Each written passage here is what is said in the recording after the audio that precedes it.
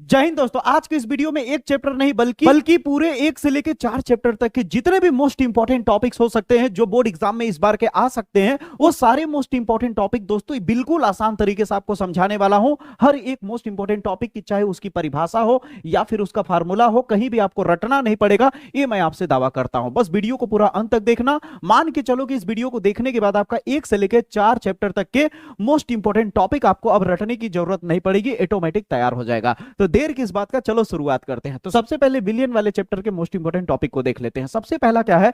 सबसे पहले प्रश्न में कितने टॉपिक है? 3 टॉपिक है। मोल अंश यानी मोल प्रभाज किसे कहते हैं, मोललता किसे कहते हैं और मोलरता किसे कहते हैं, इसके फार्मूले को कैसे प्राप्त किया जाता है, ध्यान से देखिए। यहां पे जो आपको परिभाषा दिख रही है, परिभाषा रटने की जरूरत नहीं है, परिभाषा गया भाड़ में, एकदम अच्छे से समझाता हूं, ध्यान से समझना। पहले कॉन्सेप्ट क्लियर करो। तो सबसे पहले हम समझते हैं मोललता और मोलरता क्या होता है। सबसे पहले हम क्या समझेंगे दोस्तों? मोललता और मोलरता क्या होता है। उससे पहले एक बात बता देता हूं, ये बात आपको पता होगा कि विलयन किसे कहते हैं। विलेय और विलायक को मिला दिया जाए आपस में, विलेय और विलायक। जैसे मान लो आधा गिलास पानी है और थोड़ा सा चीनी है, दोनों को मिला दिए तो चीनी थोड़ा सा था, तो थोड़ा वाला क्या हो गया? विलेय, और जो ज्यादा मात्रा में था, जो ज्यादा मात्रा में था वो विलायक हो गया। ठीक है, तो विलायक हमेशा ज्यादा मात्रा में होता है, विलायक जो होता है हमेशा ज्यादा मात्रा में होता है, ये बात याद रखिएगा। ठीक है दोस्तों, ठीक है दोस्तों, यहां तक याद रहेगा। अब समझते हैं मोललता क्या होता है। बहुत ही इजी सा चीज है। जैसे मान लो एक मेरे पास कंटेनर है, ठीक है, मान लो मैंने यहाँ पे कुछ पानी ले लिया, ठीक है, पानी की मात्रा मैंने ले ली, मान लो जिसे मैं विलायक कह रहा हूँ, विलायक। ठीक है, यानी विलायक क्या है? ज्यादा मात्रा में होगा, तब इसका मतलब जो मैं पानी ले रहा हूँ, ठीक है, मान लेते हैं कितना ले लेते हैं, 200 ग्राम ले लेते हैं। कितना दोस्तों? 200 ग्राम मैंने पानी ले लिया। ठीक है, ध्यान से समझते जाइए। अब ऊपर से मैंने क्या कर दिया? कुछ मात्रा में मैंने विलेय मिला दिया। ऊपर से क्या मिला दिया मैंने? विलेय मिला दिया। विलेय, विलेय को हम मोलो की संख्या में लिखेंगे। विलेय को हम मोलों की संख्या में लिखेंगे। तो जैसे मान लो मैंने विलेय यहाँ पे जो डाला, उसके कितने मोल है? अब मोल क्या होता है मैं बताऊंगा आगे जाकर के, पहले समझो। विलेय मान लेते हैं, विलेय जो मैं इसमें डाला हूं वो कितने डाला है? मान लेते हैं 2 मोल डाला है। कितना? 2 मोल मैंने विलेय डाला है यहाँ पे। ठीक है, अब ये कह रहा है मोललता क्या है। अरे ज्यादा कुछ नहीं है, विलेय जो तुम डालते हो इसके अंदर, उसके मोल कितने हैं। अगर ग्राम में दिया है तो ग्राम को मोलों में बदल लो। अभी फिलहाल मैंने मोलों में दे दिया है। ठीक है, मान लेते मेरे पास विलेय की मात्रा कितनी है? 2 मोल है। ठीक है, तो 2 को बटे के ऊपर रखो और जो विलायक का ग्राम में वैल्यू दिया है उसको नीचे रखो। ठीक है, इतना कर लिए। अब इंटू में 1000 कर दो। 1000 क्यों कर रहे हैं बताऊंगा अभी मैं फार्मूला लिखते दौरान। ठीक है, अब 1000 इंटू में कर दो। अब जैसे ही इसे हल करोगे तो 0 से 0 कट गया, 0 से 0 कट गया, बचा कितना?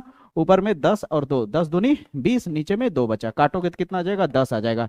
ये जो 10 आया इसी को मोललता कहेंगे। ये जो 10 आया इसी को मोललता कहेंगे। कितना इजी है मोललता। बस विलेय की मात्रा को ऊपर में रखो, अब विलायक की मात्रा को नीचे में रखो और 1000 से गुणा कर दो। ठीक है, अब कहोगे 1000 से गुणा क्यों हो रहा है? जब वैल्यू आपका विलायक की मात्रा ग्राम में दिया रहेगा तो 1000 का गुणा कर दिया जाता है। ठीक है, और अगर केजी में दिया रहेगा तो 1000 का गुणा नहीं किया जाता है। ठीक है, अब देखो यहां से एक फार्मूला बना रहा हूं मैं, फिर परिभाषा समझाता हूं। अब देखो यहाँ एक फार्मूला बन गया। मोलरता को हम लोग मो ल ल ता की एक फार्मूला बन गया। हमने ऊपर में क्या लिखा? विलेय का मोल, तो क्या हो जाएगा? विलेय का मोल। अब नीचे में हमने क्या लिया? विलायक का द्रव्यमान। तो विलायक, विलायक का द्रव्यमान। अब विलायक का द्रव्यमान किस में हम ले रहे हैं? इन ग्राम में ले रहे हैं। तो 1000 का मल्टीप्लाई कर दोगे। किसका मल्टीप्लाई कर दोगे? 1000 का। तो ये जो बना, ये क्या है? मोललता का फार्मूला है कि नहीं? अगर आपने तैयार किया होगा तो आपको पता होगा, यही फार्मूला सेम है कि मोललता बराबर क्या होता है? विलेय के मोलों की संख्या बटे विलायक का द्रव्यमान गुणे में 1000, और इसे स्मॉल m से इंडिकेट करते हैं। ठीक है, मोललता को किसे प्रदर्शित करते हैं? स्मॉल m से रिप्रेजेंट करते हैं इसको। अब बताओ मोललता समझ में आया कि नहीं? अब इससे रिलेटेड अगर आपको न्यूमेरिकल दे दे तो भी कर लोगे। क्या देगा न्यूमेरिकल में ज्यादा से ज्यादा? बोले अरे ज्यादा क्या करेगा यार, बोलेगा कि क्या कहते हैं 40 ग्राम NaOH को मैंने 300 ग्राम जल में घोल दिया है, तो इसकी मोललता बताइए क्या है। तो 40 ग्राम दिया है तो 40 ग्राम NaOH को मोलों की संख्या में बदल दोगे। ठीक है, मोलों की संख्या में जैसे ही बदल दोगे ऑटोमेटिक डिवाइड करके आपका आंसर आ जाएगा। समझ आया? अब आती है हमारी परिभाषा की। तो इसकी अगर हम परिभाषा की बात करें तो परिभाषा देखो क्या है कि विलायक है, हमने 200 ग्राम लिया। ठीक है, 300 ग्राम भी ले सकता हूँ, 400 ग्राम भी ले सकता हूँ, 500 ग्राम भी ले सकता हूँ। तो परिभाषा बनाना है तो कोई हमें एक वैल्यू यूज करना होगा ना, तो यहाँ पे हम 1000 ग्राम यूज करते हैं। कितना? 1000 ग्राम या फिर 1 kg। जब आप परिभाषा बनाते हो तो क्या लिखते हो कि 1000 ग्राम विलायक में, 1000 ग्राम विलायक में घुले, घुले यानी घोल रहे हो ना, 1000 ग्राम विलायक में घुले विलेय के कुल मोलों की संख्या, विलेय के कुल मोलों की संख्या उसकी मोललता कहलाती है। अब मोललता का परिभाषा देखो यहाँ पे पढ़ो, वही सेम चीज लिखा होगा, ठीक है। मोललता में, मोललता है ना, 1000 ग्राम विलायक में घुले विलेय पदार्थ के मोलों की कुल संख्या को मोललता कहते हैं। इजी हो गया, अब रटना ही नहीं पड़ेगा, परिभाषा की तरफ जाने की जरूरत ही नहीं है, बस दिमाग में कॉन्सेप्ट क्लियर करिए। कॉन्सेप्ट अगर क्लियर रहेगा तो न्यूमेरिकल भी एकदम दहाड़ के करोगे और अच्छे से फार्मूला भी क्लियर रहेगा, परिभाषा भी क्लियर हो जाएगा। तो याद रहेगा ना कि ये विलायक क्या है, 1000 ग्राम मैं ले रहा हूं, तो 1000 ग्राम विलायक में घुले विलेय के कुल मोलों की संख्या उसकी मोललता कहलाती है। अब आती बारी मोलरता क्या होता है। यहां तक क्लियर हो गया, यहां तक क्लियर हुआ आपको, ठीक है। यहां तक अच्छे से क्लियर हुआ कि नहीं। अब यहाँ पे आपका परिभाषा दिख रहा है, ठीक है। आप चाहो तो स्क्रीनशॉट ले लो या तो नोट कर सकते हो, ठीक है। यहाँ पे इसका फार्मूला दिख रहा है मोललता का, क्लियर हुआ। अब चले मोलरता पे, चलो बहुत बढ़िया। अब मोलरता क्या होता है ध्यान से समझो, अब ध्यान से देखना मोलरता क्या है। मोलरता भी सेम उसी तरह करो, एक नॉर्मल सा कंटेनर में ले लिया, ठीक है। अब इस कंटेनर में मैंने क्या किया, ऊपर से मैंने विलेय डाल दिया, ठीक ना। ये विलेय डाल दिया, विलेय क्या होगा, मोल में होगा। विलेय किस रूप में होगा, मोल में होगा। अब यहाँ पे क्या है कि हम विलायक ना लेके विलियन लिखेंगे। क्या लिखेंगे, विलियन। वहां विलियन का द्रव्यमान लेते थे, यहाँ विलियन का आयतन लेंगे। विलियन का क्या लेंगे, आयतन, यानी मिलीलीटर में लोगे, मिलीलीटर में या फिर लीटर में आप लोगे, ठीक है। तो यहाँ पे क्या होता है ध्यान से समझो, मान लो तुम्हारे पास एक विलियन है, तो विलियन में क्या होगा, विलेय और विलायक दोनों होंगे। तो मान लो टोटल विलियन जो है तुम्हारे पास, वो विलियन मान लेते हैं सपोज दैट 1000 मिलीलीटर है। कितना, 1000 मिलीलीटर हमारे पास विलियन है, ठीक है। अब 1000 मिलीलीटर विलियन में विलेय के जितने मोल होंगे, ठीक है, 1000 मिलीलीटर विलियन में। अब यहाँ पे देखो बिलियन, जब बिलियन मिलीलीटर में या लीटर में आ जाता है तो वहाँ आयतन लगाया जाता है। क्या लगाया जाता है, आयतन। तो आप कह सकते हो कि 1000 मिलीलीटर आयतन वाले विलियन में, 1000 मिलीलीटर ऐसे लिख सकते हो आप, 1000 मिलीलीटर आयतन वाले विलियन में घुले विलेय पदार्थ के कुल मोलों की संख्या उस विलियन की मोलरता कहलाती है। इसे कैपिटल एम से प्रदर्शित करते हैं। अब बताइए, कोई रटने की जरूरत नहीं, जो आपका मोललता का परिभाषा है वही मोलरता का है, बस थोड़ा सा चेंज है, समझ रहे हो। वहां विलायक का द्रव्यमान है, यहाँ विलियन का आयतन है, ठीक ना। तो क्योंकि 1000 मिलीलीटर आयतन वाले विलियन में घुले विलेय पदार्थ के मोलों की संख्या को क्या बोलते हैं, मोलरता कहते हैं। फार्मूला बनाओगे तो फार्मूला एकदम इजीली बन जाएगा, वही चीज फार्मूला बनाओगे तो फार्मूला इजीली बन जाएगा। मोलरता यानी यम बराबर क्या हो जाएगा, ऊपर में विलेय के मोल और नीचे में क्या हो जाएगा, विलियन का आयतन, ठीक है। और इंटू में क्या लगा दोगे, 1000। जब 1000 लगाओगे इंटू में तो यहाँ पे क्या आ जाएगा आपका, मिलीलीटर आ जाएगा। इसका मतलब आपका आयतन किस फॉर्म में है, मिलीलीटर में है। बताओ, मोलरता समझ आया, मोलरता भी समझ आ गया। अब आते हैं बारी मोल प्रभाज क्या है, ध्यान से समझो, तीनों क्लियर हो जाएगा। अब दोस्तों मोल प्रभाज क्या होता है, यानी मोल अंश क्या होता है, इसके कॉन्सेप्ट को क्लियर करते हैं, उसी के कॉन्सेप्ट के दम पे इसकी परिभाषाएं बन जाएंगी। देखिए ध्यान से समझिए, जैसे मानिए कि आपके पास एक कंटेनर है, ठीक है। फिर से ध्यान दीजिएगा, ये मान लीजिए हमारे पास एक कंटेनर है, इस कंटेनर में मैंने दो तरह के द्रव को डाला, एक है मान लीजिए ए नाम का कोई और एक है बी नाम का, ठीक है। इसमें दो तरह के पदार्थ को मैंने मिलाया है, एक ए नाम का है और एक बी नाम का, ठीक है। तो मान लीजिए ए नाम के पदार्थ को जब आप मिला रहे हो तो याद रखिए मोलों की संख्या में इसको गणना करना है, ठीक है। बी नाम के पदार्थ को भी मोलों की संख्या में। मान लीजिए ए नाम का जो पदार्थ है वो मैंने 2 मोल मिलाया है। ए नाम का पदार्थ, इसके अंदर कितना डाला है मैंने, 2 मोल डाला है। कितने मोल डाले हैं, ध्यान से समझो, बहुत इजी समझ आ जाएगा। इससे क्या होगा ना कि आप न्यूमेरिकल को भी अच्छे से क्लियर कर पाओगे, जिस तरह से मैं कॉन्सेप्ट क्लियर कर रहा हूं। और मान लीजिए बी नाम के पदार्थ को मैंने 3 मोल डाला है। कितना मोल डाला है, 3 मोल डाला है, ठीक है। ये देखिए मैंने 3 मोल बी नाम के पदार्थ को डाल दिया है, ठीक है। अब करना क्या है कि मोल प्रभाज निकालना है। तो मोल प्रभाज का मतलब एक तरह का फ्रैक्शन होता है, फ्रैक्शन का मतलब होता है बटे करना, ठीक है। तो ध्यान दीजिए, जैसे मान लीजिए इसने कहा कि ए का मोल प्रभाज निकालिए, ठीक है। किसका निकालिए, ए का मोल प्रभाज, जिसे एक्स भी बोलते हैं, बहुत लोग काई भी बोलते हैं, वैसे ओरिजिनल इसका नाम काई है, ठीक है, यहाँ पर, ठीक है। अब हमें ए का क्या निकालना है, मोल प्रभाज। तो यहाँ ए हो गया, जो मैंने लिखा है हो गया मोल प्रभाज किसका, ए का निकालना, तो यहाँ लगा दो ए। अब जिसका आप मोल प्रभाज निकालना चाहते हो याद रखना, उसको आप बटे के ऊपर रखना, ठीक है। जैसे ए का मोल प्रभाज निकाल रहे हैं तो इसके मोलों की संख्या को ऊपर रख देंगे, यानी 2 को ऊपर रख देंगे और बाकी दोनों को जोड़ देंगे। समझ आई मेरी बात है? अब इसे हल करोगे तो 2 बटे कितना हो जाएगा 5, यही हो गया आंसर इसका मोल प्रभाज। कितना इजी है। अगर बी का मोल प्रभाज निकालना है बी का, तो बी वाले को ऊपर रख दोगे, बी वाले को ऊपर रख दोगे और दोनों को जोड़ दोगे, तो जो आंसर आएगा 3/5 ये इसका मोल प्रभाज हो जाएगा। क्लियर हुआ कि नहीं? इसकी परिभाषा बनाना है तो ध्यान से देखिए परिभाषा कैसे बनेगा इसका। ए नाम का कोई अवयव है और बी नाम का कोई अवयव है, ठीक ना, यही है ना। अब देखिए इसके परिभाषा को कैसे बनाया गया है। यहाँ पे देखिए जो मैंने किया वही एग्जैक्टली आपको दिखेगा। यहाँ पे देखिए एक विलियन है, विलियन में मान लीजिए 2 लोग हो सकते हैं, विलय हो सकता है और विलायक हो सकता है, ठीक है। तो विलय और विलायक हो सकता है, ठीक है, उनके दोनों का मिश्रण है और मिश्रण किस रूप में है? मोल के रूप में है। यहाँ पे ध्यान से पढ़ेंगे तो आप समझ पाएंगे कि किसी विलियन में उपस्थित किसी अवयव अवयव अवयव कौन हो सकता है? विलय भी हो सकता है और विलायक भी हो सकता है। उसके मोलों की संख्या और विलियन में उपस्थित कुल मोलों की संख्या का कुल अनुपात उस विलियन के उस अवयव का मोल अंश कहलाता है। समझ आई मेरी बातें? यहाँ पे आराम से पढ़ेंगे तो क्लियर हो जाएगा। कह रहा है किसी विलियन में उपस्थित किसी अवयव, किसी विलियन में उपस्थित किसी अवयव मोलों की संख्या और विलियन में उपस्थित कुल मोलों की संख्या के अनुपात के बराबर होता है। वही तो मैं कर रहा हूं, जिसका निकालना है उसके मोलों की संख्या और अनुपात में यानी बटे के नीचे कुल मोलों की संख्या, दोनों को जोड़ दे रहे हैं, उसे ही क्या कह रहे हैं? मोल प्रभाज कह रहे हैं। समझ आई मेरी बातें? यहां तक क्लियर हुआ? उम्मीद करता हूं आपको यहां तक अच्छे से क्लियर हो गया होगा। अब अगर यहां तक क्लियर हो गया होगा तो अगले प्रश्न पे अगर हम चले तो अगला कह रहा है अवाष्पशील विलय तथा वाष्पशील विलायक से बने विलयन के लिए राउल्ट के नियम की व्याख्या कीजिए। राउल्ट के नियम की व्याख्या कीजिए और इसका गणितीय व्यंजक प्राप्त कीजिए। तो देखिए आप यहाँ पे जो परिभाषा लिखा हुआ है इसके ऊपर मत जाइए, ठीक है, नहीं तो आपको रटना पड़ेगा। पहले आप फील करो फिर आप परिभाषा देखो ध्यान से। तो देखो आपको फील कराता हूं, ध्यान से समझना। सबसे पहले मान लो मैंने एक कंटेनर लिया और इसमें मैंने एक द्रव लिया, ठीक है। मान लेते हैं जो द्रव लिया है मैंने ए नाम का द्रव लिया है। किस नाम का? ए नाम का कोई द्रव है, ठीक है। और ये द्रव कैसा है? शुद्ध द्रव है। शुद्ध द्रव कैसा है? ए नाम का है, ठीक है। और ये क्या है? वाष्पशील है। क्या है?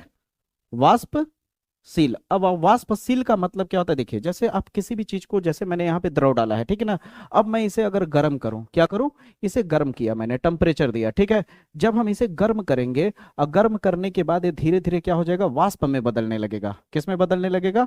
वाष्प में जब बदलने लगेगा, भाप में जब बदलने लगेगा, वेपराइज होने लगेगा, तो इसका मतलब क्या होगा? जब कोई भी द्रव वाष्प में बदलने लगे तो उसे कहते हैं वाष्पशील। अब मान लो यहाँ पे कोई ऐसा द्रव होता कि मैं गर्म करता लेकिन वाष्प में नहीं बदलता, जैसे ग्लूकोज हो गया, यूरिया हो गया, ये सब वाष्प में नहीं बदलता है। समझ आई मेरी बातें? तो जो वेपराइज नहीं हो पाएगा गर्म करने के बाद भी, वो अवाष्पशील है। समझ आई मेरी बातें? तो ये वेपराइज हो जा रहा है, ये वाष्पशील है। तो जब ये वाष्प बनाएगा तो यहाँ पे सतह पे क्या होगा? एक दाब उत्पन्न होगा और उस दाब को कहते हैं वाष्प दाब, ठीक है। इस वाष्प की वजह से जो दाब उत्पन्न हुआ, इस वाष्प की वजह से जो दाब उत्पन्न हुआ उसे बोला जाता है वाष्प दाब, ठीक है। और ये शुद्ध है तो शुद्धता को दिखाने के लिए यहाँ पे नोड लगा दिया जाता है। क्या लगा दिया जाता है? नोड। और ये किसका वाष्प दाब है? ए वाले का, तो यहाँ लगा देते हैं ए, ठीक है। तो इसे बोला गया वाष्प दाब। क्या बोला गया? वाष्प दाब। तो इसे पी ए नोड कहा जाएगा। यहाँ तक क्लियर हुआ? अब इसके बाद जो बताने वाला हूं उसे बड़ा ध्यान से सुनना। यही जो चीज था यहाँ पे हमारे अंदर क्या था? ए नाम का द्रव था। अंदर में क्या था? ए नाम का द्रव था। और ए नाम का द्रव कैसा था? वाष्पशील था। कैसा था दोस्तों? वाष्पशील था। लेकिन हमने बाद में क्या किया? बाद में हमने बाहर से क्या कर दिया? कुछ अवाष्पशील पदार्थ मिला दिया। अवाष्पशील। अब ध्यान से देखो एकदम अच्छे से फील होगा, ठीक ना। जब अवाष्पशील पदार्थ मिला दिया तो जगह जगह पे जाकर के अवाष्पशील पदार्थ इकट्ठा होने लगा, ठीक ना। तो ये अवाष्पशील पदार्थ करता क्या है कि न तो वाष्प में बदलता है और न ही दूसरे को बदलने देता है, यानी रुकावट पैदा करता है। अवाष्पशील पदार्थ क्या करता है? वाष्प में बदलने के लिए रुकावट पैदा करता है। तो जब अवाष्पशील पदार्थ डाल दिया जाएगा, जो आपका ए नाम का पदार्थ था ए, ये क्या होगा? जितना बढ़िया से वाष्प में बदल रहा था पहले जब शुद्ध था, अब उतना बढ़िया से वाष्प में नहीं बदल पा रहा है। जब वाष्प में अच्छे से नहीं बदल पाएगा, जब वाष्प में अच्छे से नहीं बदल पाएगा तो जाहिर सी बात है इसका वाष्प दाब जो होगा इसके मुकाबले कम हो जाएगा। यहाँ पे जो वाष्प दाब उत्पन्न होगा इसके मुकाबले क्या होगा? कम उत्पन्न होगा। क्यों? क्योंकि रुकावट पैदा कर रहा है। कौन? वाष्प में बदलने से रोक रहा है। कौन? अवाष्पशील पदार्थ जो बाहर से बाद में डाला गया है, ठीक है। तो ध्यान से समझना मेरी बात। जैसे एग्जाम्पल के लिए समझाता हूँ कि मान लेते हैं थोड़ी देर के लिए जब ये शुद्ध था उस दौरान इसका दाब 100 था, लेकिन जब इसमें अशुद्ध मिला दिया गया यानी अवाष्पशील पदार्थ मिला दिया गया तो इसका दाब घट जाएगा। जैसे 100 था तो घट के हो सकता है 70 हो जाए, 60 हो जाए, 50 हो जाए, इस तरह से घट जाता है। ठीक है, तो यहाँ पे जब मिलाने के बाद जो दाब यहाँ उत्पन्न होता है उस दाब को विलयन का दाब कहते हैं, क्योंकि इसमें दो लोग मिल गए, दो लोग मिलने के बाद क्या हो जाता है, विलयन बन जाता है। विलय और विलायक मिला दिया जाए तो क्या बन जाता है, विलयन बन जाता है। तो ये जो दाब होगा विलयन का दाब होगा। और ये क्या होगा, इसमें अशुद्धि मिला दी गई है, अब ये शुद्ध नहीं रह गया, ये जो था अब ये शुद्ध नहीं रह गया, क्योंकि इसमें बाहर से कुछ और मिला दिया गया। ठीक है, इसलिए इसे विलयन का दाब कहा जाएगा। और जब ये शुद्ध नहीं रहेगा तो यहाँ नोड नहीं लगाया जाएगा। यहां तक क्लियर हुआ? अगर यहां तक क्लियर हुआ तो आप ध्यान से समझिएगा। आपसे अगर कोई पूछे कि इसको मिलाने के बाद दाब में कितने की कमी आ गई, दाब में कितने की कमी आ गई, तो आप कहोगे अरे सिंपल सी चीज है भाई, पहले 100 था, अब बाद में 70 हो गया, तो घटाने के बाद जो मिलेगा 30, यही कमी हो गई। तो ये जो कमी आई, इस कमी को ही बोला जाता है वाष्प दाब का अवनमन। इसे ही बोला जाता है वाष्प दाब का अवनमन। अगर वाष्प दाब का अवनमन पूछे तो ज्यादा कुछ नहीं करना होता है, ज्यादा वाष्प दाब में से कम वाष्प दाब को घटा देना होता है। ज्यादा वाष्प दाब में से कम वाष्प दाब को घटा दोगे तो वाष्प दाब का अवनमन मिल जाएगा। अब एक शब्द और आता है वाष्प दाब का आपेक्षिक अवनमन। क्या होता है आपेक्षिक अवनमन, क्या होता है, इस पे भी पूछा जाता है सवाल। तो जो आपने घटाया था यानी P A node minus P S, इसको अगर डिवाइड कर दिया जाए फिर से इस शुद्ध वाले वाष्प दाब से, तो ये जो मिलेगा इसे ही बोला जाता है वाष्प दाब का आपेक्षिक अवनमन। यानी वाष्प दाब के अवनमन को अगर इस वाले वाष्प दाब से डिवाइड कर दिया जाए तो जो मिलेगा उसे बोलते हैं वाष्प दाब का आपेक्षिक अवनमन। यहां तक क्लियर हुआ? अगर यहां तक क्लियर हो गया तो अब आप ध्यान से देखिएगा कि यहां पे जो हमारा मिला P A node minus P S बटे पी ए नोड, तो अब यहां पे जो आया है दोस्तों, ये जानते हो किसके बराबर होता है, मोल प्रभाज के। किसके? मोल प्रभाज के। अब कहोगे किसके मोल प्रभाज, तो विलेय के मोल प्रभाज के। किसके मोल प्रभाज के? विलेय के मोल प्रभाज का जो वैल्यू आएगा वही सेम वैल्यू इसका आएगा। ठीक है, ये राउल्ट के नियम से पता चलता है। ठीक है, तो यहां पे आप चाहो तो इसे आप क्या लिख सकते हो, P A node minus P S बटा पी ए नोड। ठीक है, यहां तक क्लियर हुआ? अब ध्यान से देखो, विलेय का मोल प्रभाज कभी भी लिखना तो विलेय विलायक से कम होता है, बता चुका हूं शुरू में ही, विलेय की मात्रा हमेशा कम होती है। तो विलेय की मात्रा अगर कम होती है तो विलेय का जो मोल लिखोगे स्मॉल एन से लिख देना, और नीचे में क्या होता है, विलेय और विलायक जुड़ जाता है तो विलेय का मोल, और विलायक ज्यादा मात्रा में होता है इसलिए कैपिटल एन लिख देना। तो यहाँ पे जो फार्मूला मिला यही इसका गणितीय रूप है जो राउल्ट के नियम में पूछा गया था। अब इसे आप ध्यान से देखो, इसका परिभाषा सब चीज एकदम अच्छे से फील होगा, क्लियर होगा। आप कहोगे अरे वाह सर जी, मजा आ गया आप समझने में, आपको फील होगा आज, ऐसा लगेगा पहली बार कि हम फार्मूला भी प्राप्त करने आ गया और इसका परिभाषा भी समझ आया। ये होता है सही पढ़ाई। अब ध्यान दीजिए, क्या पूछा था राउल्ट के नियम की व्याख्या करने के लिए, यहाँ पे देखिए राउल्ट के नियम में क्या है, राउल्ट ने अवाष्पशील विलेय पदार्थ को वाष्पशील विलायक में घोला था ना मैंने, देखिए एक क्या था, ए वाला क्या था, वाष्पशील था, और वाष्पशील में मैंने क्या मिला दिया, अवाष्पशील। तो अवाष्पशील घोलने पर तनु विलयनों के वाष्प दाब से संबंधित अनेक प्रयोग के आधार पर एक नियम प्रतिपादित किया गया जिसे राउल्ट का नियम कहते हैं। ठीक है, इस नियम के अनुसार वाष्प दाब जो होता है वो आपेक्षिक अवनमन में उपस्थित आपेक्षिक अवनमन में उपस्थित बात क्या कहता है कि विलेय पदार्थ के अणुओं की मोलों की संख्या तथा विलयन में उपस्थित संपूर्ण अणुओं की मोलों की संख्या के अनुपात के बराबर होते हैं। या फिर इतना भाषणबाजी नहीं लिखना है तो आप सीधे सीधे ऐसे भी लिख सकते हो कि विलेय के मोल प्रभाज के बराबर होता है, विलेय के मोल प्रभाज के बराबर होता है। ठीक है, अब दोस्तों यहाँ पे देखोगे तो वही चीज लिखा हुआ है, जैसे मैंने बोला ना, विलेय जो है स्मॉल एन है और विलायक कैपिटल एन है, तो वही चीज यहाँ दिखा दिया है कि विलयन में अवाष्पशील विलेय जो था उसके मोलों की संख्या एन है और वाष्पशील विलायक के मोलों की संख्या कैपिटल एन है। ठीक है, वही चीज रिप्रेजेंट कर रहा है, ज्यादा कुछ खास नहीं है। ठीक है, तो ये सब आप लिखो चाहे ना लिखो, कोई दिक्कत की बात नहीं है, मेन चीज आपका यहाँ से यहाँ तक है। अब आप कहोगे सर थोड़ा सा क्लियर कर दीजिए डेफिनेशन, तो आप यहाँ से बस इतना लिख देना, किस नियम के अनुसार वाष्प दाब में आपेक्षिक अवनमन विलयन में उपस्थित जो विलेय का मोल प्रभाज होता है उसके बराबर होता है। विलेय के मोल प्रभाज के क्या होता है, बराबर होता है, या विलेय के मोल प्रभाज के मान के बराबर होता है। इसे ही राउल्ट का नियम कहा जाता है और यह इसका गणितीय रूप है। अब बताइए क्लियर हुआ यहाँ तक? ठीक है दोस्तों, फील करोगे तो परिभाषा ऑटोमेटिक आप अच्छे से क्लियर कर लोगे, फील नहीं होगा तो परिभाषा क्लियर नहीं हो पाएगा।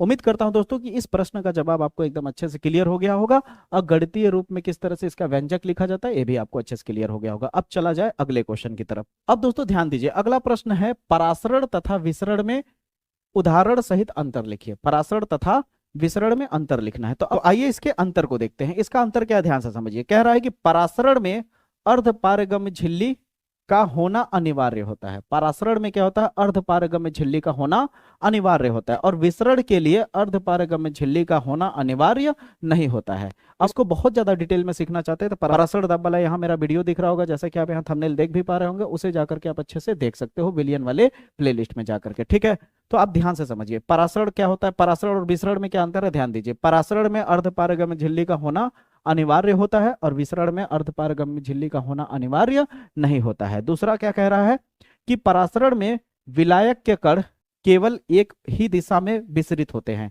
लेकिन विसरण में क्या होता है कि विलेय और विलायक दोनों के कण विपरीत दिशा में विसरित हो सकते हैं। यानी विलेय भी एक तरफ से दूसरी तरफ जा सकता है, अब विलायक भी एक तरफ से दूसरी तरफ जा सकता है। कहने का मतलब है कि विसरण में क्या होता है कि विलेय और विलायक के दोनों कण एक दूसरे के आसपास आर पार उस झिल्ली के जा सकते हैं, लेकिन परासरण में क्या होता है केवल विलायक का कण ही एक तरफ से दूसरी तरफ जा सकता है। समझ आई मेरी बात है, यहां तक क्लियर होगा आपको। अगला कहता है कि परासरण में विलायक के कण कम सांद्रता वाले विलियन से अधिक सांद्रता वाले विलियन की तरफ जाते हैं। परासरण में क्या होता है, कम सांद्रता से अधिक सांद्रता वाले की तरफ विलायक के कण जाते हैं। ठीक है, अब आते हैं बारी विसरण में, कि विसरण में विलेय के कण अधिक सांद्रता वाले विलियन से कम सांद्रता वाले विलियन की तरफ जाता है, यानी जस्ट इसका उल्टा होता है। यहां तक आपको क्लियर हो गया होगा। ठीक है, फिर चौथा अंतर है दोस्तों कि परासरण जो होता है यह द्रव अवस्था में संभव है केवल, लेकिन विसरण क्या होता है ठोस, द्रव, गैस तीनों अवस्था में संभव है, और इसका ये नीचे में उदाहरण दिया हुआ है। ठीक है, तो ये आप परासरण और विसरण में जब भी अंतर पूछेगा तो यही चीज आपको लिखना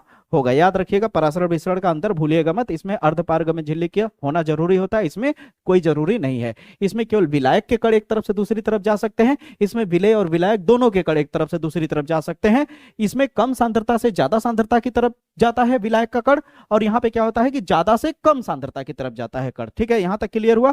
ये केवल द्रव में देखा जाता है, और ये ठोस, द्रव, गैस तीनों में देखा जाता है। ठीक है, यहां तक क्लियर हुआ। यहां तक क्लियर हो गया तो अगले प्रश्न की तरफ चलते हैं। परासरण दाब को परिभाषित कीजिए। आप कैसे प्रदर्शित करेंगे कि परासरण दाब एक अणु संख्या गुणधर्म है। ध्यान दीजिए दोस्तों, बहुत ही महत्वपूर्ण प्रश्न है, लेकिन बहुत ही इजी तरीके से समझाऊंगा। सबसे पहले आपको समझाता हूं परासरण दाब होता क्या है। ध्यान से समझिए, यहां पे आपको हल्का सा डायग्राम बना करके समझाता हूं। जैसे मान लीजिए यहां पे मैंने एक कंटेनर इस तरह से लिया है, ठीक है, बंद है। अब बीच में मैंने अर्धपारगम्य झिल्ली लगा दिया। क्या लगा दिया, यहां पे एक तरह की झिल्ली है, और ये झिल्ली कैसी है, अर्धपारगम्य झिल्ली है। ध्यान से सुनते जाइएगा। ठीक है, ध्यान से समझिए, अर्धपारगम्य झिल्ली है। यहां भी विलियन है, मान लीजिए यहां पे भी एक विलियन है, और यहां भी विलियन भरा हुआ है। ठीक है, यहां भी विलियन भरा हुआ है। अब ध्यान दीजिएगा, यहां की सांद्रता मान लेते हैं कम है। ठीक है, इधर वाले की सांद्रता क्या है, सांद्रता इधर वाले की कम है, और इधर वाले की सांद्रता ज्यादा है। अब आप बड़ा ध्यान से सुनिएगा मेरी बात को, कि यहाँ पे देखिए लाल लाल जो डॉट दिख रहे हैं वो विलेय है, और पीला पीला जो डॉट दिख रहा है वो विलायक है। ठीक है, तो याद रखिए विलायक के जो कण है पीले वाले, ये कम सांद्रता से ज्यादा वाले की तरफ भागेंगे। ठीक है, ये किधर की तरफ जाएंगे, कम सांद्रता से ज्यादा सांद्रता वाले की तरफ भागेंगे। ठीक है, कौन, विलायक का कण, विलायक का कण।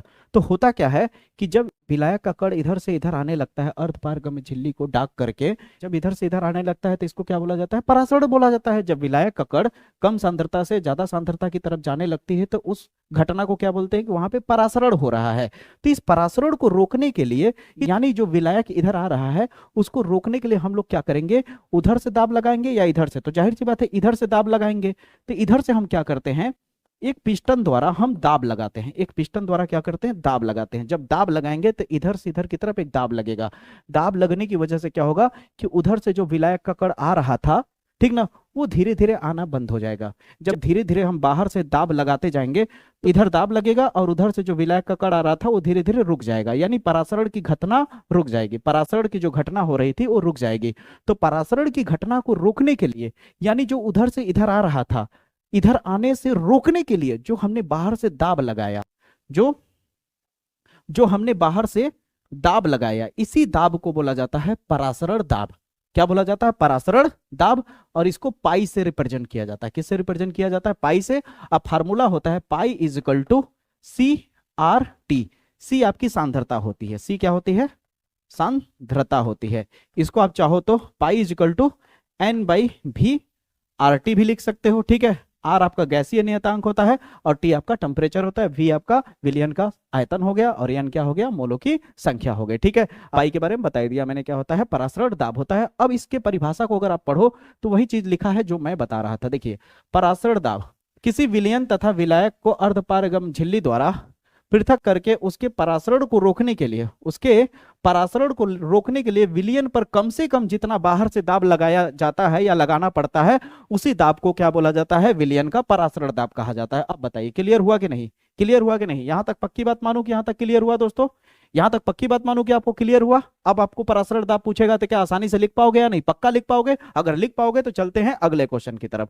अगला क्वेश्चन दोस्तों बहुत ही मोस्ट इंपॉर्टेंट क्वेश्चन है। कह रहा है कि क्वथनांक में उन्नयन से आप क्या समझते हैं? क्वथनांक में उन्नयन और विलेय के मोलर द्रव्यमान में संबंध स्थापित कीजिए। ठीक है, तो क्वथनांक में उन्नयन होता क्या? आप ध्यान से समझिए। कह रहा है अगर अलग से एकदम प्रॉपर तरीके से इसको एकदम डिटेल में ग्राफ के साथ समझना चाहते हैं तो यहां मेरा थंबनेल दिख रहा है, इस वीडियो को जाकर के आप जरूर देखिएगा विलियन वाले प्लेलिस्ट में जाकर के। ठीक है, तो यहां पर मैं इसका जवाब दे देता हूं। कह रहा है कि किसी विलायक में कोई अवाष्पशील विद्युत अनवघट्य मिलाने पर उसके क्वथनांक में जो वृद्धि हो जाती है, उसे क्वथनांक में उन्नयन कहते हैं। उसे क्वथनांक में क्या कहते हैं? उन्नयन कहते हैं। क्वथनांक में क्या कहते हैं बच्चा? उन्नयन कहते हैं। और क्वथनांक में उन्नयन को डेल्टा टीबी से दर्शाया जाता है। किससे दर्शाया जाता है? डेल्टा टीबी से दर्शाया जाता है। ध्यान से समझिएगा। ठीक है, याद रखिएगा। जैसे कि आप बताइए यहाँ पे शुद्ध मैंने कोई चीज लिया था जो आसानी से वाष्प में बदल जा रहा था, तो वाष्प में आसानी से बदल रहा होगा तो जरा सोच के देखिए इसे टेम्परेचर ज्यादा लगेगा या कम लगेगा? जाहिर सी बात है नॉर्मल से टेम्परेचर में वाष्प में बदल जाएगा। लेकिन जब हम यहाँ पे इसमें बाहर से कोई अवाष्पशील पदार्थ मिला देंगे तो इसको वाष्प में बदलने के लिए ज्यादा टेम्परेचर चाहिए कि नहीं भाई? जाहिर सी बात है, क्योंकि वाष्प में बदलने से रोकता है ना अवाष्पशील, इसलिए बहुत ज्यादा टेम्परेचर मांगेगा। समझ आई मेरी बातें? तो यहाँ पे मान लीजिए T2 टेम्परेचर लग रहा है, तो ज्यादा टेम्परेचर में से कम वाले टेम्परेचर को जब घटा दोगे तो जो मिलेगा उसे डेल्टा टीबी कहा जाता है। इसे ही कहा जाता है दोस्तों क्वथनांक में उन्नयन। ठीक है, इसको एकदम डिटेल में मैंने समझाया है, अगर आप जा करके देखोगे तो एकदम मजा आ जाएगा आपको। ठीक है, तो चलते हैं अगले क्वेश्चन की तरफ। अब अगला प्रश्न है दोस्तों, निर्नष्ट समीकरण की व्याख्या कीजिए। निर्नष्ट समीकरण की व्याख्या कीजिए। तो सबसे पहले जब भी निर्नष्ट समीकरण की व्याख्या करने को पूछेगा तो आप कैसे लिखोगे? ध्यान से समझना। Mn प्लस लिखना, फिर प्लस करके Ne माइनस कर देना, और यहाँ पे जाहिर सी बात है यहाँ पे N प्लस है और N इलेक्ट्रॉन यहाँ जुड़ेगा तो जाहिर सी बात है वो प्लस खत्म हो जाएगा और ये सॉलिड में आ जाएगा। ठीक है, अब ध्यान से समझिएगा, यहाँ रिवर्सिबल है, चाहे तो इसको उल्टा भी लिख सकते हो, कोई दिक्कत की बात नहीं है। फिर उसके बाद आप ई सेल लिखना, फिर ई सेल नोड लिखना, माइनस लिखना 2.303 बटे NF RT लिख देना लॉग बेस 10, और ऊपर में ये आपको पता है कि जो सॉलिड फॉर्म में होता है उसका वैल्यू 1 हो जाता है, तो इसको आप लिखो चाहे ना लिखो, ऊपर में 1 भी लिख सकते हो। ठीक है, और नीचे में इसको जरूर लिख देना इसको। ठीक है, इतना लिखने के बाद आपको करना क्या है कि आपको बस अब रिप्रेजेंट कर देना है, फिर इसका सवाल का जवाब हो जाएगा। आपको बता देना है कि ई सेल जो है इसे बोला जाता है इलेक्ट्रोड विभव कहा जाएगा। ठीक है, उसी तरह ई नोड सेल को आप लिखोगे मानक, क्योंकि मानक का मतलब होता है जब नोड लग जाता है तो वो स्टैंडर्ड कंडीशन में आ जाता है। ठीक है, तो मानक इलेक्ट्रोड विभव लिखोगे। ठीक है, अब आर क्या है आपका? आर को रिप्रेजेंट कर दो, ये बोलोगे गैसीय नियतांक है। ठीक है, आपको जब यह पूछेगा तो क्या है? फैराडे नियतांक बताओगे, और स्मॉल n जो बताओगे वो क्या है? इलेक्ट्रॉन की संख्या बताओगे। समझ आए मेरी बात है? इलेक्ट्रॉन की संख्या, बस इतना आप कर दोगे तो आपका निर्णय समीकरण की जो व्याख्या पूछा है वो खत्म हो जाएगा। इतना सिंपल सा करना है, बस एक इक्वेशन लिखना है, फार्मूला लिखने के बाद बस रिप्रेजेंटेशन कर देना है। ठीक है, तो यहाँ तक क्लियर हुआ आपको? ये प्रश्न जब भी पूछा जाएगा तो किस तरह जवाब देना है? बहुत सही। चलते हैं अब अगले क्वेश्चन पे। दोस्तों इस प्रश्न को इग्नोर मत करना, बहुत ही वायरल, बहुत ही पॉपुलर क्वेश्चन है। सेल के विशिष्ट प्रतिरोध तथा चालकत्व की परिभाषा दीजिए। सेल का विशिष्ट प्रतिरोध क्या होता है पहले उसे जानो, फिर उसका चालकत्व के बारे में बताता हूं। ठीक है, चालकता क्या है तो ध्यान से समझने की कोशिश करना। यहाँ पे मैं आपको समझा रहा हूँ। जैसे मान लो एक हम कंटेनर ले रहे हैं। ठीक है, अब इस कंटेनर में हो क्या रहा है कि मैंने दो इस तरह से इलेक्ट्रोड डाल दिया। इलेक्ट्रोड का मतलब छड़। ठीक है, और इसमें मैंने क्या डाल दिया, इस तरह से विलयन। अरे विलयन क्या है, वैद्युत अपघट्य है। वैद्युत अपघट्य क्या होता है पता है, वैद्युत अपघटनी विलयन किसे कहते हैं, वैद्युत अपघट्य किसे कहा जाता है, ऐसा विलयन जो प्लस और माइनस में टूट जाए, ऐसा विलयन जो धनायन और ऋणायन में ब्रेक हो जाए। तो यहाँ पे ऐसा विलयन डाला, मान लो कुछ भी ले लेते हैं, HCl ले लेते हैं, ठीक है।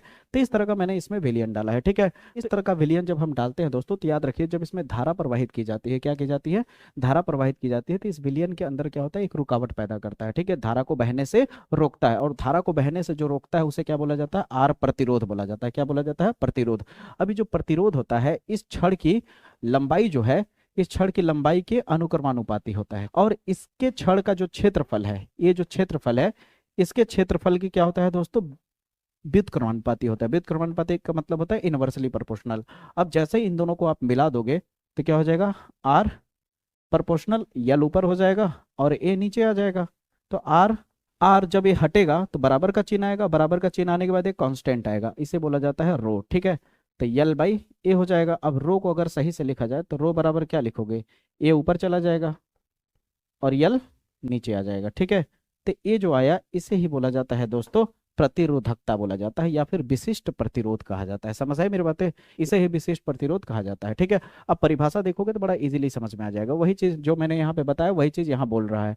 प्रतिरोधकता या फिर विशिष्ट प्रतिरोध क्या है, जब किसी विद्युत अपघट्य के जलीय विलयन में विद्युत धारा प्रवाहित की जाती है, ये हो गया विद्युत अपघट्य हो गया। विद्युत अपघट्य के जलीय विलयन में जब विद्युत धारा प्रवाहित की जाती है, तो दोस्तों जब धारा प्रवाहित की जाती है तब उसके प्रवाह में जो प्रतिरोध उत्पन्न होता है, ठीक ना, जो प्रतिरोध उत्पन्न होता है वह दो इलेक्ट्रोडों के मध्य उपस्थित विद्युत अपघट्य के कॉलम की लंबाई, ये कॉलम की जो लंबाई है उसके अनुक्रमानुपाती होता है। और उसके परिक्षेत्र के क्षेत्रफल, ये जो क्षेत्रफल है, इस जो छड़ को डाले हो उस छड़ की जो मोटाई है, क्षेत्रफल जो है उस क्षेत्रफल के क्या होता है, व्युत्क्रमानुपाती होता है। इसे ही क्या बोला जाता है, विशिष्ट प्रतिरोध कहा जाता है। वही चीज यहाँ पे लिखा हुआ है। यहाँ तक बताइए क्लियर हुआ आपको। यहाँ तक अगर आपको क्लियर हो गया तो आती है बारी कि चालकत्व क्या है। जो चालकत्व होता है दोस्तों वो प्रतिरोध आर के व्युत्क्रम के बराबर होता है। वही चीज यहाँ लिखा हुआ है, देखिए यहाँ पे क्या लिखा है, प्रतिरोध के व्युत्क्रम को चालकत्व कहते हैं। प्रतिरोध के व्युत्क्रम को चालकत्व कहते हैं। इसे सी द्वारा प्रदर्शित किया जाता है। व्युत्क्रम का मतलब होता है बटे, देखिए यहाँ पे 1/R लिखा है ना, आर का मतलब प्रतिरोध होता है, ठीक है। तो विद्युत अपघटनी जो प्रतिरोध है उसको अगर 1/R लिख दोगे, उसे 1/R अगर लिख दिया जाए तो किसके बराबर हो जाएगा, सी के बराबर हो जाएगा। और इसको क्या बोला जाता है, चालकत्व कहा जाता है। क्या कहा जाता है, चालकत्व। तो बड़ा सिंपल सा इसका डेफिनेशन था कि प्रतिरोध के व्युत्क्रम को चालकत्व कहते हैं, इसे सी से प्रदर्शित किया जाता है। बस इतना दिमाग में रखिएगा कि प्रतिरोध के व्युत्क्रम को चालकत्व कहते हैं, इसे सी द्वारा प्रदर्शित किया जाता है। और थोड़ा सा बढ़ा के अगर आप लिखना चाहे तो यहाँ पे ऐसे लिख सकते हैं कि विद्युत अपघट्यों के विलयनों का चालकत्व जो होता है उनके प्रतिरोध की अपेक्षा क्या होता है, अधिक उपयोग में लाया जाता है, क्योंकि इन विलयनों का प्रतिरोध धात्विक चालकों के प्रतिरोध से अपेक्षाकृत बहुत अधिक होता है, ठीक है। इस प्रकार चालकत्व का मात्रक जो होगा, ओम यहाँ इनवर्स लगा सकते हैं। क्या होता है, ओम इनवर्स होगा, क्योंकि प्रतिरोध का मात्रक ओम होता है और बटे के नीचे है तो ऊपर ले जाओगे तो क्या हो जाएगा, ओम इनवर्स हो जाएगा, ठीक है। यहाँ तक बस आप ध्यान में रखिए ना। अगर आप 50 ठो प्लंजर नहीं लिखना चाहते तो बस इतना लिख दीजिए कि प्रतिरोध के व्युत्क्रम को चालकत्व कहते हैं, इसे सी से प्रदर्शित किया जाता है और इसका मात्रक ओम इनवर्स होता है। बस इतना लिख दीजिए, ठीक है। फिर उसके नीचे आप चालकत्व सी बराबर लिख दीजिए 1/R। बस इतना ही लिख के आप छोड़ सकते हो, कोई दिक्कत की बात नहीं है। यहाँ तक क्लियर हुआ आपको। अगला क्वेश्चन ध्यान से देखो। तो अगला क्वेश्चन क्या है कि इलेक्ट्रोड विभव क्या है, इसको प्रभावित करने वाले कारकों का उल्लेख कीजिए, ठीक है। इलेक्ट्रोड विभव किसे कहते हैं, इसको प्रभावित करने वाले कारकों का उल्लेख करना है। बहुत ही ज्यादा इजी है, थोड़ा सा देखने में आपको लंबा चौड़ा लग रहा है लेकिन बहुत ही सिंपल है। ध्यान से देखिए, इलेक्ट्रोड विभव क्या होता है, बहुत सिंपल सी चीज है। कह रहा है कि जब किसी धातु की छड़ को उसी धातु के लवणीय विलयन में डुबोया जाता है। जैसे मान लीजिए मेरे पास जिंक की धातु है, मान लीजिए कैसी छड़ है, जिंक की छड़ है। अब इसी जिंक वाले ही लवणीय विलयन में अगर डुबो दें, जैसे एग्जांपल के तौर पे ZnSO4 ले लिया, जिंक सल्फेट ले लिया मैंने, ठीक है। तो जिंक वाले ही विलयन में अगर इसको डुबो दिया जाए, तो डुबो दिया जब जाए तो धातु की छड़ पर ऋण या धन आवेश आ जाता है। तो धातु की छड़ पर क्या होता है, ऋण या फिर धन आवेश आ जाता है। इस छड़ पर ऋण या फिर धन आवेश आ जाता है तो विलयन में समान मात्रा में आवेश वितरित हो जाता है, ठीक है। विलयन में समान मात्रा में क्या हो जाता है, आवेश वितरित हो जाता है। इससे धातु की छड़ पर धन या ऋण विद्युत विभव उत्पन्न हो जाता है, धन या ऋण विद्युत विभव।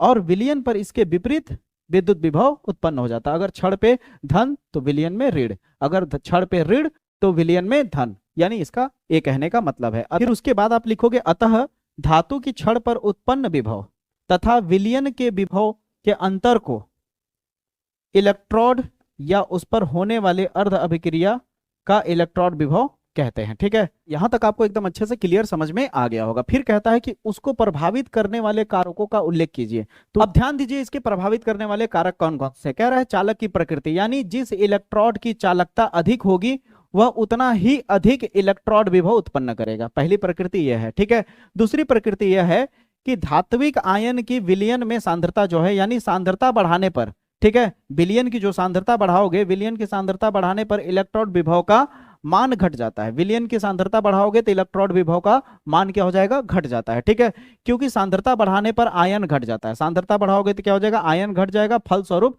चालकता कम हो जाएगी। यहां तक क्लियर है। तीसरा क्या कह रहा है, टेम्परेचर पे कह रहा है कि इलेक्ट्रोड विभव का मान ताप पर भी निर्भर करता है। जो ताप बढ़ाओगे, अगर आप ताप बढ़ा रहे हो तो आयन बढ़ जाएंगे, ताप बढ़ाने पर आयन की मात्रा बढ़ जाएगी, इसके फलस्वरूप विभव का मान भी बढ़ जाता है। ताप बढ़ाने पर विभव का मान बढ़ जाता है, सांद्रता बढ़ाने पर विभव का मान घट जाता है। ठीक है, तो बताइए यहां तक क्लियर हुआ। अब एक क्वेश्चन आएगा तो आप आराम से इसे कर लोगे। अगले क्वेश्चन को ध्यान से देखिए दोस्तों, बहुत ही प्यारा क्वेश्चन है। कह रहा अभिक्रिया के वेग से आप क्या समझते हैं। बहुत ही इजी, बहुत ही इंपॉर्टेंट क्वेश्चन है। अभिक्रिया का वेग होता क्या है, ध्यान से समझिए। जैसे आप कोई भी अभिक्रिया कर रहे हैं, मान लीजिए मेरे पास यहाँ पे ए और बी नाम का अभिकारक है और ये अभिक्रिया करके सी बना रहा है। ठीक है, ध्यान से समझिए। यहाँ पे क्या कर रहा है, ये रिएक्शन करके क्या बना रहा है, सी बना रहा है। जब अभिक्रिया होती है, तो जब अभिक्रिया होना शुरू हो जाता है तो धीरे धीरे इसकी अभिकारक के तरफ की, इधर वाले तरफ की सांद्रता कम होने लगती है और जो बन रहा है उसकी सांद्रता धीरे धीरे बढ़ने लगती है। ये बात आप ध्यान रखिएगा कि जब अभिक्रिया होती है तो अभिकारक की तरफ की सांद्रता क्या होने लगती है, कम होने लगती है और इधर की सांद्रता बढ़ने लगती है।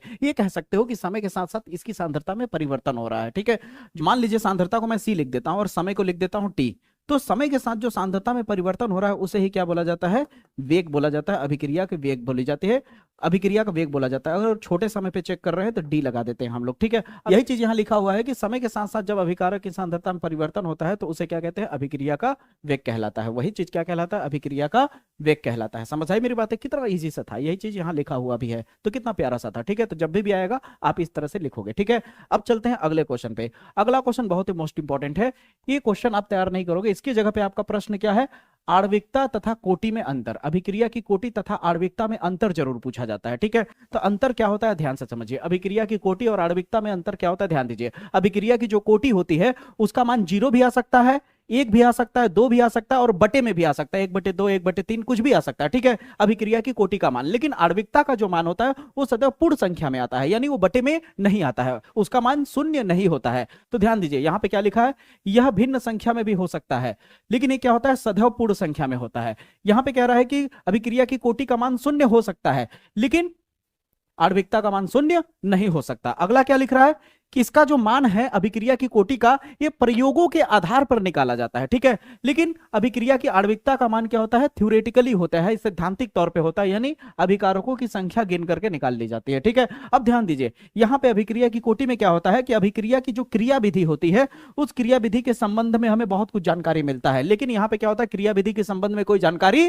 प्राप्त नहीं होती है। जब भी आणविकता और कोटि में अंतर पूछेगा तो यही वाला लिखना, क्योंकि बहुत ही सरल, बहुत ही आसान भी है और आपको सही मार्क्स भी मिल जाएगा। ठीक है, यहां तक क्लियर हुआ। अब अगला प्रश्न जो आता है दोस्तों, संक्रमण तत्व आता है। संक्रमण तत्व बहुत ही पॉपुलर है, स्टार क्वेश्चन है दोस्तों। क्या है, ध्यान से समझिए। सबसे पहले ये बात आपको पता होगा पीरियोडिक टेबल के बारे में कि ऐसे अगर हम ऊपर से नीचे की तरफ देखें तो इसे वर्ग कहा जाता है और ऐसे चले तो आवर्त कहा जाता है। ठीक है, तो वर्ग में अगर देखो तो पूरा 18 वर्ग है। यहां से 1 2 3 4 5 6 7 8 9 10 11 12 13 14 15 16 17 18। ठीक है, अब ध्यान से समझना, ये 13 से लेकर 18 तक पी ब्लॉक कहलाता है और यहाँ पे 1 और 2 वाला जो पहला और दूसरा वर्ग है इसे यस ब्लॉक कहा जाता है और 3 से लेकर 12 तक को क्या बोला जाता है, डी ब्लॉक के तत्व कहा जाता है।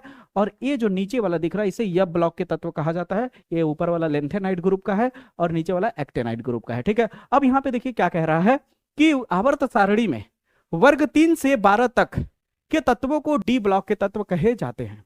ठीक है, यहां तक क्लियर हुआ।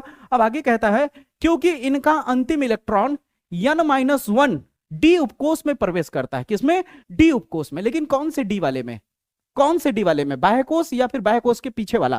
तो यहाँ पे आप देखो, जैसे एग्जांपल समझाता हूं, जैसे मान लो मेरे पास एक परमाणु है, ठीक है, इस परमाणु के इधर क्या है, खूब सारे कक्षक है जिसमें इलेक्ट्रॉन घूमते हैं, ठीक है, तो जिसमें इलेक्ट्रॉन घूमते हैं, ध्यान से समझना। मान लो ये सबसे, इस कक्षक को क्या बोलोगे, सबसे बाहर वाला कक्षक।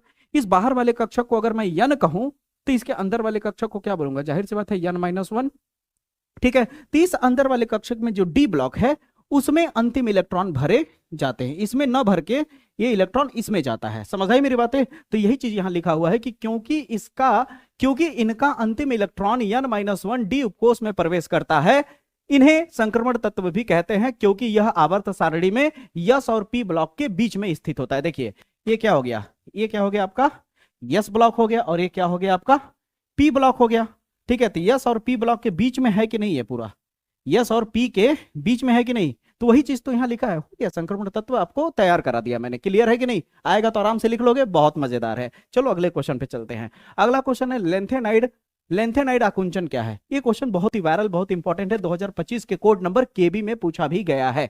कह रहा है लेंथेनाइड आकुंचन को समझाइए। तो लेंथेनाइड आकुंचन क्या होता है, ध्यान से समझिए, इसे थोड़ा सा ध्यान दीजिएगा। कह रहा है लेंथेनाइड श्रेणी में, ये जो लेंथेनाइड का श्रेणी है ये पूरा, ठीक है, लेंथेनाइड श्रेणी में परमाणु क्रमांक की वृद्धि के साथ साथ, जब परमाणु क्रमांक की वृद्धि होती है उसके साथ साथ जब तक नया आने वाला इलेक्ट्रॉन 4f उपकोष में प्रवेश करता है तब तक परमाणु या आयन का आकार घटता रहता है। यानी जब 4f में इलेक्ट्रॉन प्रवेश करता है, समझ आई मेरी बातें, इलेक्ट्रॉन प्रवेश करता है तब परमाणु या फिर आयन का आकार क्या होता है, घटता जाता है। इसे ही लेंथेनाइड आकुंचन कहा जाता है। बताइए ईमानदारी से समझ आया कि नहीं, क्लियर हुआ? अब अगले प्रश्न पे चलते हैं। अगला प्रश्न कह रहा है लेंथेनाइड और एक्टेनाइड तत्वों की किन्हीं 4 गुणों को लिखिए। लेंथेनाइड और एक्टेनाइड के तत्वों की किन्हीं 4 गुणों को लिखिए। सबसे पहले लेंथेनाइड वाले को समझ लेते हैं। लेंथेनाइड का पहला गुण देखिए, लेंथेनाइड में क्या होता है कि रंगीन आयन बनाने की प्रवृत्ति रखते हैं, ठीक है। लेंथेनाइड जो तत्व होते हैं वो रंगीन आयन बनाने की प्रवृत्ति रखते हैं, ध्यान से सुनिएगा। इनका गलनांक और क्वथनांक परमाणु क्रमांक के बढ़ने के साथ साथ बढ़ता जाता है। इनका गलनांक यानी मेल्टिंग पॉइंट और बॉइलिंग पॉइंट जो होता है एटॉमिक नंबर के इंक्रीज होने पर इंक्रीज होता जाता है, यानी इनके गलनांक और क्वथनांक परमाणु क्रमांक के बढ़ने के साथ साथ बढ़ता चला जाता है, ठीक है। फिर आगे कहता है ये चुंबकीय गुण भी रखते हैं, ठीक है। ये कैसा रखते हैं, चुंबकीय गुण भी रखते हैं। क्लियर हुआ? पहला याद रहेगा, ये रंगीन आयन बनाने की प्रवृत्ति रखते हैं। दूसरा, परमाणु क्रमांक के बढ़ने के साथ साथ इनका क्वथनांक और गलनांक बढ़ता जाता है, ठीक है। ये चुंबक के गुण भी रखते हैं और ये संकुल यौगिक बनाने की प्रवृत्ति भी रखते हैं। संकुल यौगिक क्या होता है, कॉम्प्लेक्स वाला, जैसे आप इस तरह से लिखते हो किसी भी चीज को इस तरह से, तो ये जो डब्बे में लिखते हो इसे बोला जाता है संकुल, जिसे कॉम्प्लेक्स भी कहा जाता है, ठीक है। संकुल यौगिक बनाने की क्या रखते हैं, प्रवृत्ति रखते हैं। अब एक्टेनाइड का गुण देखो, कह रहा है ये चांदी के समान सफेद धातुएं होती हैं, ठीक है। एक ऐसी होती है चांदी के समान सफेद धातु की तरह दिखाई देती हैं। इनके गलनांक और क्वथनांक की अगर बात करूं तो इनका गलनांक और क्वथनांक उच्च होता है, परंतु संक्रमण तत्वों की अपेक्षा कम होता है। जो संक्रमण तत्व बताया था मैंने अभी, उनका जितना गलनांक और क्वथनांक होता है उतना तो नहीं होता है इसका, ठीक है। लेकिन फिर भी लेंथेनाइड के मुकाबले क्या होता है, उच्च होता है, ठीक है। यहां तक क्लियर हुआ? फिर तीसरे में कह रहा है इनकी विद्युत धनात्मकता उच्च होती है। इनकी विद्युत धनात्मकता क्या होती है, उच्च होती है। अगला क्या दिया है, यह अयुग्मित इलेक्ट्रॉनों की उपस्थिति के कारण अनुचुंबकीय होते हैं, ठीक है। ये क्या होते हैं, अयुग्मित इलेक्ट्रॉनों की उपस्थिति के कारण क्या होते हैं, अयुग्मित होते हैं। अनुचुंबक का मतलब क्या होता है, जैसे मान लो इस तरह से हम किसी इलेक्ट्रॉन को फुलफिल कर रहे हैं, इस तरह से ऐसे भर रहे हैं, ठीक है। तो इसमें ऐसे भर दिया, तो ये क्या हो गया, युग्मिक हो गए। देखो जोड़े में है ना इलेक्ट्रॉन, यहाँ भी इलेक्ट्रॉन जोड़े में है, यहाँ भी जोड़े में है, लेकिन यहाँ पे नहीं है, तो ये अयुग्मित है, ठीक है। तो अयुग्मित के कारण क्या होते हैं, अनुचुंबकीय होते हैं। क्या होते हैं बच्चा, अनुचुंबकीय होते हैं। अब ईमानदारी से बताना, ईमानदारी से बताओ यहां तक आपको क्लियर हुआ? इतने सारे क्वेश्चन को अगर आप अच्छे से तैयार कर लेते हो, इतने सारे क्वेश्चन के ऊपर अगर आप पकड़ बना लेते हो, तो समझ लो कि पहला चैप्टर, दूसरा चैप्टर, तीसरा चैप्टर और चौथे चैप्टर के मोस्ट इंपॉर्टेंट क्वेश्चन पे आपकी पकड़ हो जाती है, ठीक है। तो उम्मीद करता हूं जितना भी मैंने बताया वो चीज अच्छे से समझ में आया होगा। अगर वीडियो पसंद आया हो तो वीडियो को लाइक कर देना और चैनल को सब्सक्राइब करके बेल आइकन जरूर प्रेस कर लेना। मुलाकात करूंगा अगले वीडियो में, तब तक के लिए जय हिंद, जय भारत।